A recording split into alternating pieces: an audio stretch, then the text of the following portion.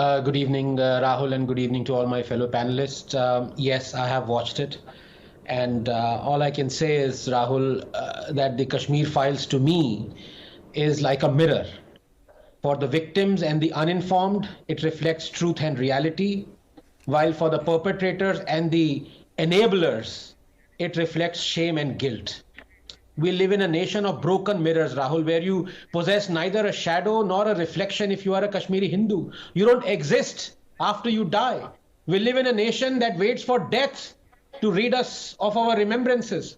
Kashmir Files has changed that, and that is why so many are rattled. It is not just a film. It is a Proustian collection of memories and remembrances of Girija, of Ganju, of Dinanath, played amazingly by Anupam Kher. His words, his lament, they are testament to the power of language and imagery. They survive beyond him, beyond us.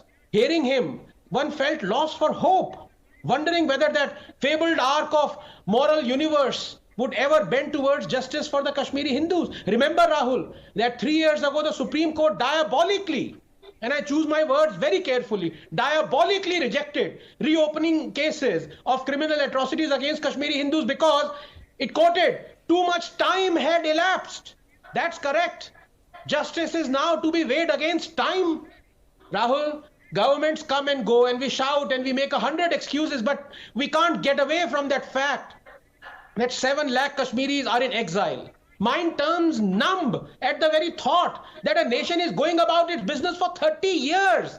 While 500,000 Hindus have been reduced to refugees in their own land, we are the only large economy in the world that allows this, across parties, across governments, right or left or center, as Sushil said. Only 520 Kashmiri Hindus have been brought home since Article 370 was abrogated in 2019. Making Kashmir Files tax-free is great.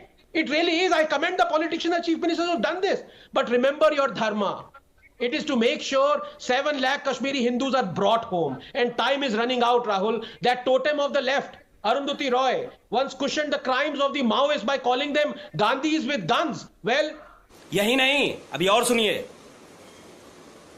Kashmiri Hindus are the Gandhis without guns. And that is the singular reason why no one cares for their plight in this nation. Rahul, a refugee accepts his fate and the humiliation that comes along with it. For he must worry about his new life. He forgets how to complain. And that is a fatal mistake because in this nation, complaints are heard through gun, not grammar. This nation believes inaction is a medicine. It believes time heals. It believes wounds do not fester. It believes the exiled never return. As I said, we are a nation that waits for death to rid us of our remembrances. Rahul, just 20 seconds. They call Kashmir the Switzerland of the East. Wrong!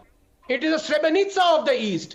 But they forget that words never die. In times of terror, we wrap them and hide them like Kashmiri Hindus did. And it has taken 30 years for them to be uttered again. But uttered they have been. And when they echo in the valleys of violence where people only know how to light Molotovs, these very words of Dinanath will make them light diyas again. These very words of Dinanath.